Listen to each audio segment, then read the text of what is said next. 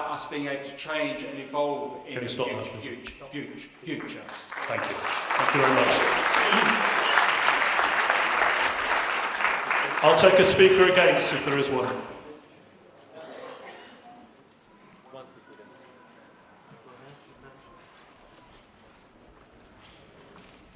Richard Reezer, Hackney, Islington. I could see the point, but there's another point of having a two-thirds majority, which means you don't discuss the same things over and over and over again. And we had a long debate this morning and agreed where we were going. All of those arguments could get put back at the next conference. Maybe not as many people will be here, and then they'll be carried. Is that democratic? It isn't. It isn't democratic because if you've joined and you're a member, you come to something like founding conference. You think you've set the constitution up. A constitutional amendment is actually very important. It changes the nature of the organisation, and therefore a two-thirds majority needs to be there. If it's new material, that's different. Like at the policy conference, presumably that will be done on a simple majority.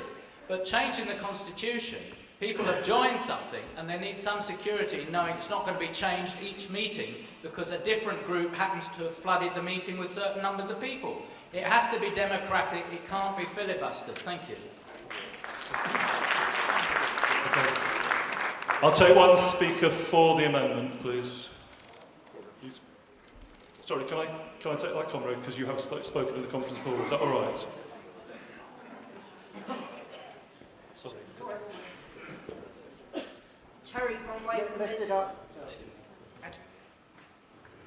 Terry Conway from Islington Left Unity, speaking in favour of the amendment.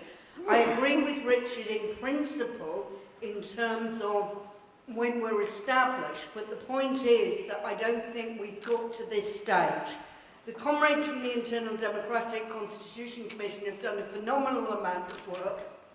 Many of us have been involved in debates, but I don't think we've got to the end of that discussion. And therefore I think whatever's passed today, there will be work still to do on it. So I would vote, maybe at the next conference, for putting a two-thirds majority in place, but I don't think we're ready to do it today. So on that basis, I urge you to support the amendment. Thank you. Can I ask the IDCC to reply in 1 minute, please?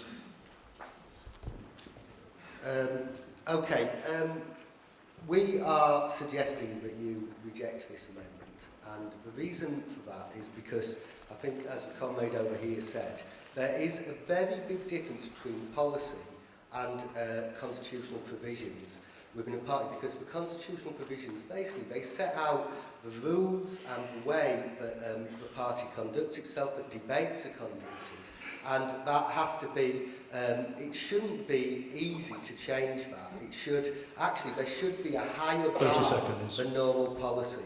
So we would ask you to reject this, but I just want to draw your attention. The Standing Orders Committee has suggested that a simple majority will apply to constitutional amendments that were remitted or not heard for some reason at the next meeting. And I think that's important because we are, you know, obviously, Terry's right, we do need to look at things moving forward. But this shouldn't be one of them. Let's stick to mainstream practice. Let's protect our constitution. Thank you very much.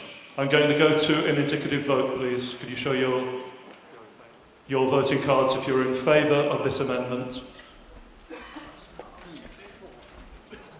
And all those against? And abstentions? That motion is carried. Moving swiftly on to the second chunk of the Constitution, we're going to deal with gender representation. And I ask the IDCC to move this part, and for Loughborough and Leamington Spa to be standing by to move their amendments, please. 28, oh, page.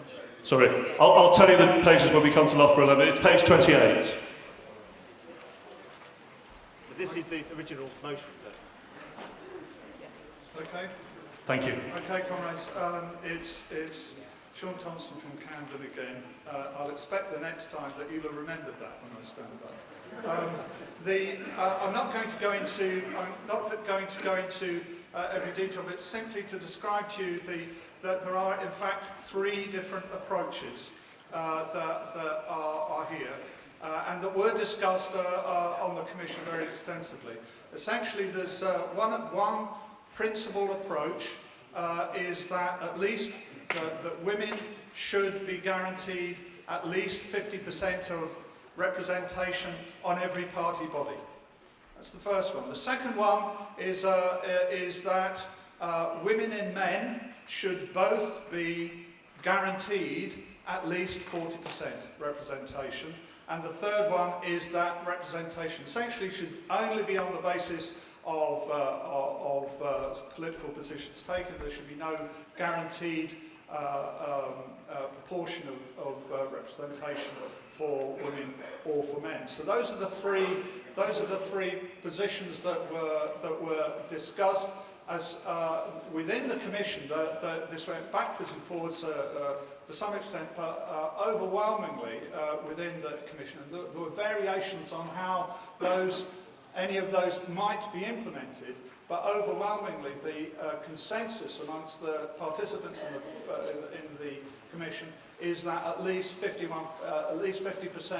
of women should be guaranteed at least 50% of representation. However, it was clearly there was an area of real debate and disagreement there, which is why, as you'll find in other parts of the Constitution, we feel that it is right that this is something that the conference should actually thrash out.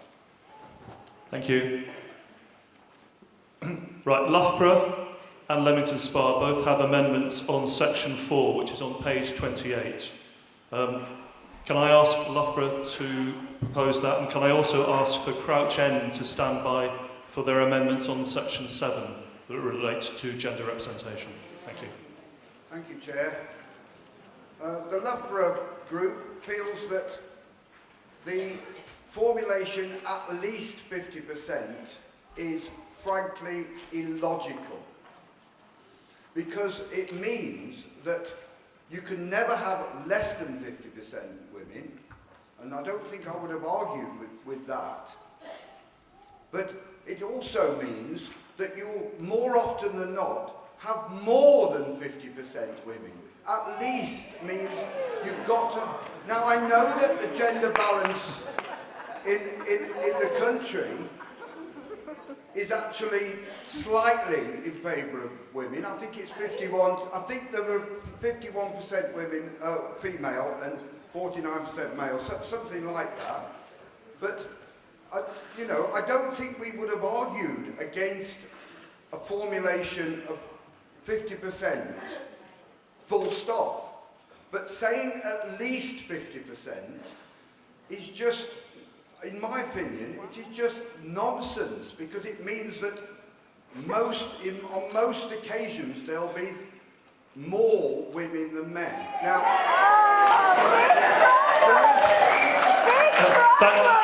thank you, conference. There is another... Shh, quiet down. There is another point as to whether this 50% is attainable in the immediate future. And that is why we've proposed 30 seconds. At least 40% women and at least 40% men for these committees. Because we feel that that is more attainable than the 50% target. I think I would like to... I agree that we should go for a 50% target, but I also think we should be practical and go for what is attainable in the near future. Thank you. Thank you very much. Can I ask the proposer for Leamington Spa, please? Thank you.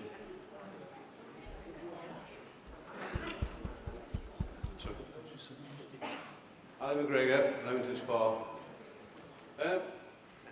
I bring forward this amendment, which was proposed at our branch meeting by a woman, so who couldn't be here today. So I'm speaking on her behalf. We propose that there be no set places for either gender, either male or female. It's undemocratic in our view, and it isn't right.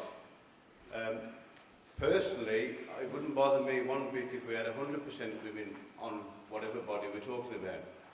It's not the issue. The issue is having guaranteed places, and we're not sure whether the politics will be there. So our amendment states really that we don't have this position at all. We just take people, vote people on as we feel to represent us. As I say, it doesn't matter whether they're male or female to me. I want people to be decent by choice rather to each other by choice. It doesn't bother me what gender they are, it doesn't bother me what sexuality they are, or whether they're disabled in any way. None of that matters. What matters is the politics. So for me, this doesn't need to be here, because we have no other percentages for anybody else.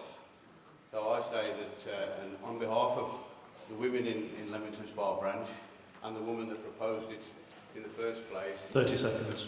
That this position be the 50% or 40% for that matter be completely disparaged and thrown out. I think people should get there on their ability, whether they be male or female. Thank you. Okay. Can I also point out that section 4 is on page 59 and 60 in the large print edition. Can I ask now for Crouch End to propose their amendments